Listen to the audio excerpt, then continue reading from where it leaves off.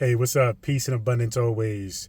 Today, I had a thought that I just needed to share that's outside of my usual courses or lineup of videos that I have and I do on a weekly or bi weekly basis. And it's the idea of surrender, the idea of letting go. First off, many people, we think surrender, we have such a bad association with the word surrender, where we associate surrender with weakness. We associate it with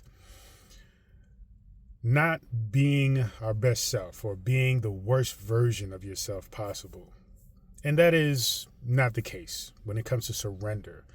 So I want to get into a little bit about understanding surrender on a deep level and from a very empowering level, rather than being very cautious or very picky about certain words and not understanding the depth of acknowledging these words and knowing how to, in fact, use these words to empower you along your journey.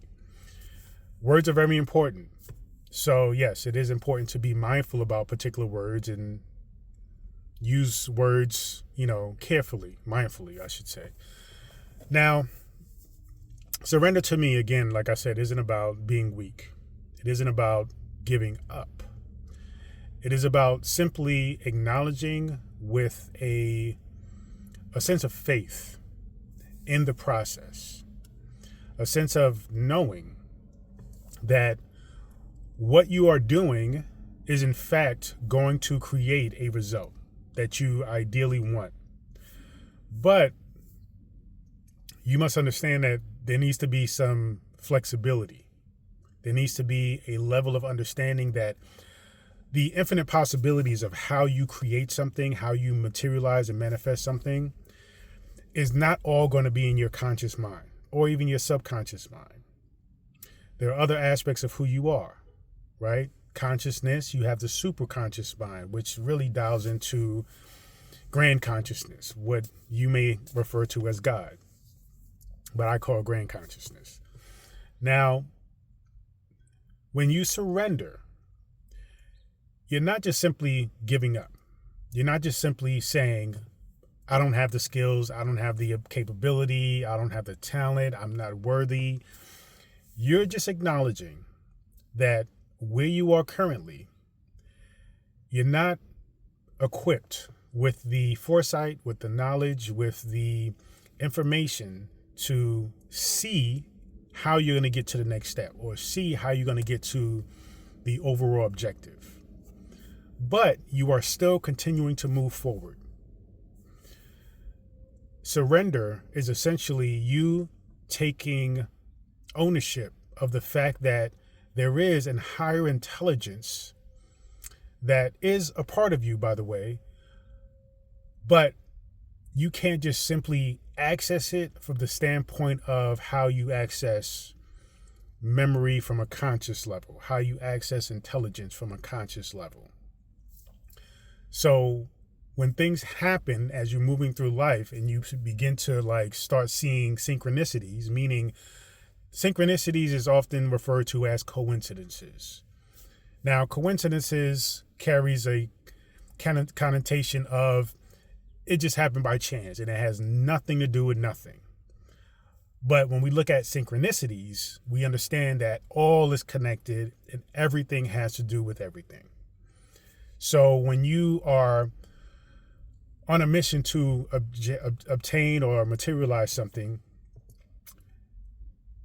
it is far beyond just coincidence that you happen to, say, run into or meet somebody who can help and support you in that thing, that you happen to take a different turn that day while you were driving home from work or from school, and you happen to, see a store that has the things you've been thinking about and wanting to materialize, but for whatever reason, you couldn't materialize it because it wasn't in your budget. You just happen to take a different turn.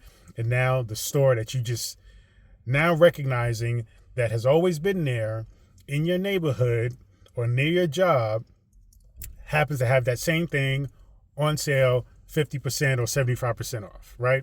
So things like that, it's not about it just happening. It's about you recognizing there's another level of intelligence that you just simply have to trust in. That's what surrender is. Surrender is allowing for that to happen rather than creating resistance by thinking you have to consciously know everything as it comes about. That creates a lot of anxiety. That creates a lot of doubt, insecurity. That creates a space for you to think that you're not capable of materializing this thing. So you have to essentially let go. Now, the analogy that I can think of with letting go is having something in your hand, something that you value, right? Something that you desire, not so much you desire, but something that you are attached to. Now you have it in your hand. It is yours, meaning that you claim it, right? Now this can be something physical. This can be something, a habit. This can be a mindset. This can be a belief system. This can be religion. This can be a person, a relationship. This can be a culture, a lifestyle. You're holding on to this thing. You start to get glimpses of the fact that you holding on to this thing isn't quite serving you well. So now you have to consider surrendering it, meaning letting it go. Now, we like to have things. We like to cling to things. So you like to have something because it lets you know that you are you. It gives you a sense of identity. It gives you a sense of community even. So you want to hold on to this thing. But holding on to this thing is preventing you from living up to your highest, fullest potential, possibility, fulfillment. Now, to help you to let go of this thing, what I want you to understand is you have this thing, you want to hold on to it because the idea of letting it go means that you may not have anything, right? It means nothing. Now, what I want to get into is the deeper understanding of nothing and the word nothing. Nothing means essentially no thing. Now, when you really get into it, nothing is still a thing in itself. What nothing is potential. It is endless, infinite possibilities. So you've gone from, I'm trying to think of something. You've gone from having this, right, cup, which you want, you need, you want to drink it. It is providing you life.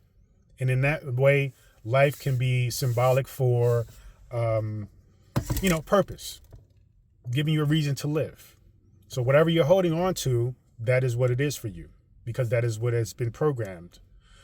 But then once I let go of this thing, which isn't serving me anymore because it's empty, right? So what am I holding on to this thing for? Once I let go of this thing, essentially, I am what appears on a certain level, nothing. It seems like I have nothing in my hands. But what I actually have in my hands is infinite potential and possibility. So when you think in terms of what you're holding on to emotionally, spiritually, mentally, that you know isn't really serving you, is preventing you from evolving, expanding, and growing, you have to surrender it. You have to let it go. When you let it go, though it appears you have nothing, in reality, you have everything. Because in my hand now, all of the space, the universe, the air is all in my hands. But when I was carrying something, this bottle of water or what have you, it was preventing the endless possibility, right? It was preventing that to be received, to be experienced. Now you get to define and you get to put in your hands, right? You get to claim whatever it is that you desire to be yours. This is what nothing truly means. It means you have the possibility and the potential and the fact of creating anything that you desire. This is what surrender is about. Surrender is about letting go of something that is keeping you capsulated in a box, and opening yourself up to the infinite potential of having everything all the time. So I hope that supports you today in really thinking about your life and what may be stopping you, or what may be holding you back, okay, or what you may be holding on to, and that's causing you to feel a sense of resistance and delay, and not moving forward in the way that you can be, or tapping into that possibility of endless joy and fulfillment. All right. I hope that helps you today. Thank you so much. If you are not already subscribed, subscribe. If you have not already joined my daily newsletter, please do so. drabundant.com. And you will get access to a free ebook called The Power Within. Thank you so much. Continue to join me on this journey. Peace and abundance always.